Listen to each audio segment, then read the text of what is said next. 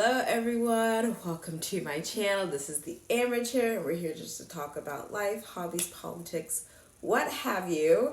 And I know it's been a hot minute because I'm in grad school. I'm getting my doctorates in clinical psychology, and that'll be something that'll come up in future or previous videos depending on whenever I actually post this. But on today's episode, it's a quick, short, easy, fun one. We're just going to be going over some things that I recognized in some of the media that we've been exposed to as children, as well as just like the fact that human nature doesn't change and the things that are issues now have been issues previously, and just kind of the humor of it all. But first, to highlight the elephant in the room, it's not really an elephant. I just wanted to acknowledge this sweater. I know it has a solid retro look, and that's because this is my mother's from like the 90s or something like that. So it is as old as it looks, as well as just highlighting again, as you can I have moved. I've moved multiple times, and I'm much happier in this spot. My last spot had a roast infestation, super not fun, 10 out of 10, don't recommend. But it's just kind of sad to think that there are some families that they don't have the opportunity to move like I do, and that is a reality for a lot of people out there, but neither here nor there. But anyway, so we're just going to be talking about The American Tell, and I'll go ahead and read the synopsis, and as I read the synopsis, I'll hopefully overview the trailer or something along those lines. So the movie is a young mouse named Fievel Mousekewitz and his family immigrate from Russia to the United States by boat after their home is destroyed by cats. During the trip, a fierce storm throws Fievel from the ship and he loses contact with his family. Luckily, he manages to sail to New York in a bottle. There, Irish mouse Bridget, an Italian mouse named Tony, and a kindly cat named Tiger help Fievel search for his loved ones. And this is a story or a film that was created from Steven Spielberg. So it's deeply rooted within Jewish immigration, as far as with the Mousekewitz is a Jewish family from Russia that's immigrating to the U.S., and the cats would be equivalent to like the anti-Semitic folks, or those who are like, again, just super against the Jews. So obviously not all of the mice within the film were Jews. But anyway, the point of me just bringing this completely random movie up is I used to have this on VHS for the youngins. You know what? I don't even know what VHS stands for. I think it's like Video Home System. No, I'm going to look that up. Yeah. Look at me knowing my history. So Video Home System. So we had it on VHS growing up. Used to watch it all the time. I thought the movie was so cute. And I can't remember when exactly I'd rewatched this movie.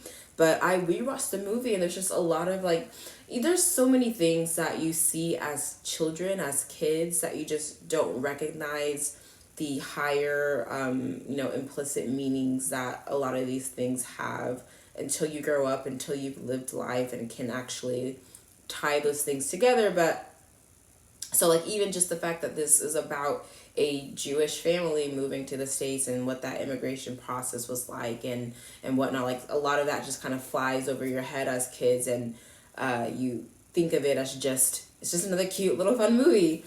But there were two particular scenes that really stood out to me while watching this, and those are the two scenes that I'll talk about.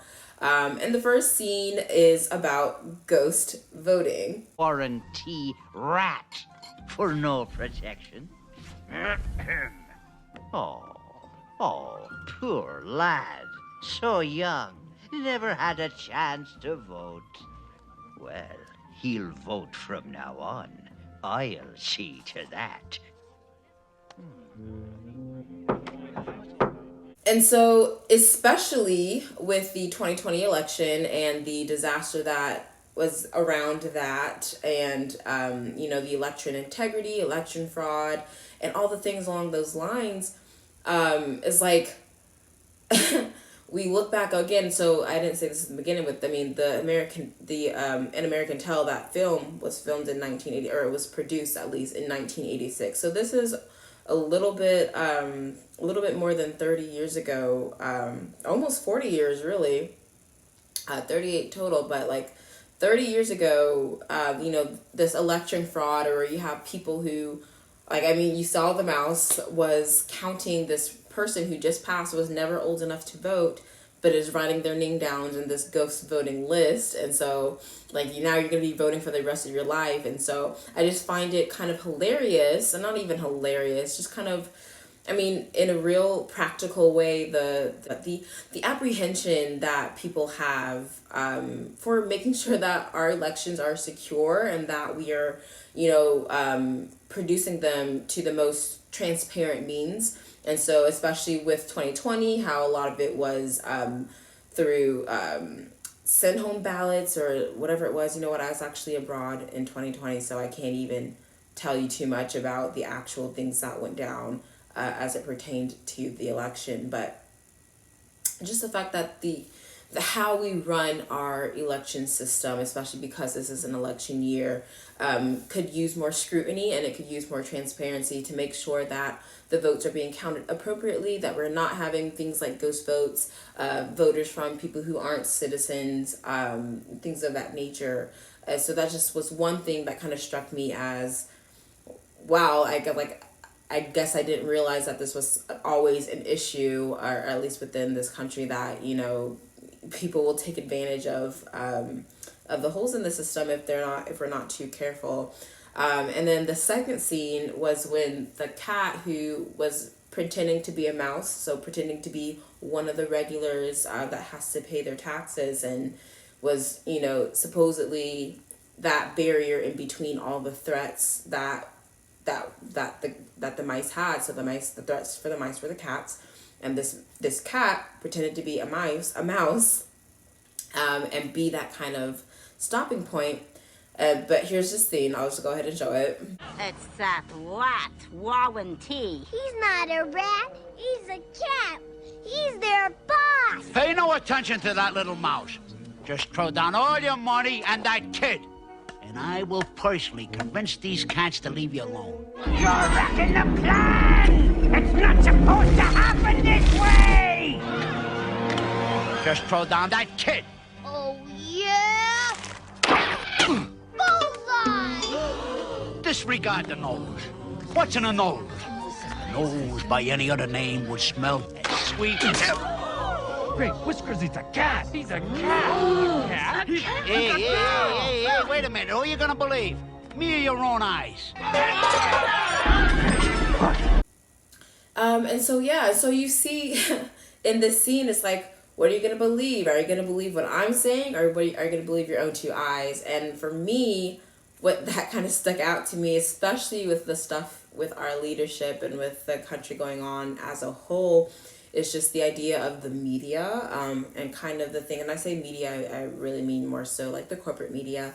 So your big names, your Fox Newses, your Forbes, your what have yous, but these things where, especially with the White House, and not to belittle the president, but like the fact that he is in obvious cognitive decline, whether it's Alzheimer's, dementia, something's not going on quite right. He is an elderly man in a very high extremely stressful position, which is also just going to continue to contribute to that sort of neurocognitive decline. But you have him kind of stumbling around, jokes about him being made that he looks like a Roomba.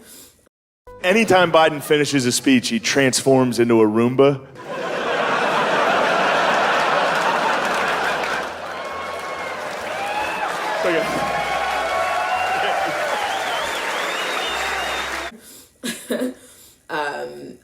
Things where he's like repeating things, or he's saying things that don't make sense, and like these are actual quotes from our president, who is supposed to be leading this country. And then you'll have people like Karine Jean-Pierre, I'm not sure if I said her name right, but the press secretary, coming out and saying, no, he's in perfect health. Like, what are you going to believe? Are you going to believe what you're seeing and hearing from our president? Or are you going to believe me? Are you going to believe what I'm saying? you know, the president doesn't need a cognitive test. That is not my assessment. That is not my assessment. That is the assessment of the president's doctor. That is also the assessment of the neurologist, who has also made that assessment as well. And, you know, and you've heard us say this, and I'll reiterate this, the president's doctor has said, if you look at what this president, the president who is also the commander-in-chief, he passes a cognitive test every day. And the fact that he's perfectly fine. He's not fine enough to stand trial or to stand witness, but he's fine to run our country. So, like, very two different messages that we're getting from what we can see and know around us versus what we're being told to.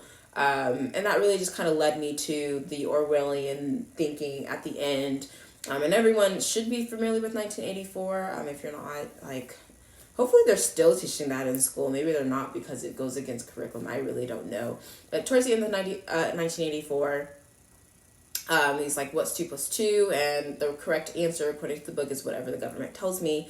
That's when you're not going with what you see or with what you know, but just being told by that leader who is supposed to be protecting you from the said threats, who is actually part of the threats themselves. And so all that to say is that there's just so much insight that we can get from this 1986 children's movie that's still reflective of the things going on within our government today. And I just thought that was interesting. I thought it was cute, and just kind of understand, like, I think it's also just being careful too of the things that are being pushed out within children's media and what that kind of means for shaping the minds. But that is a whole other video and a whole other topic. But this was just meant to be a light, fun conversation. But what the heck do I know? I'm just an amateur. But let me know what you guys think in the comments. Make sure you like, comment, share, subscribe, and I will catch you in the next video. Thanks for watching.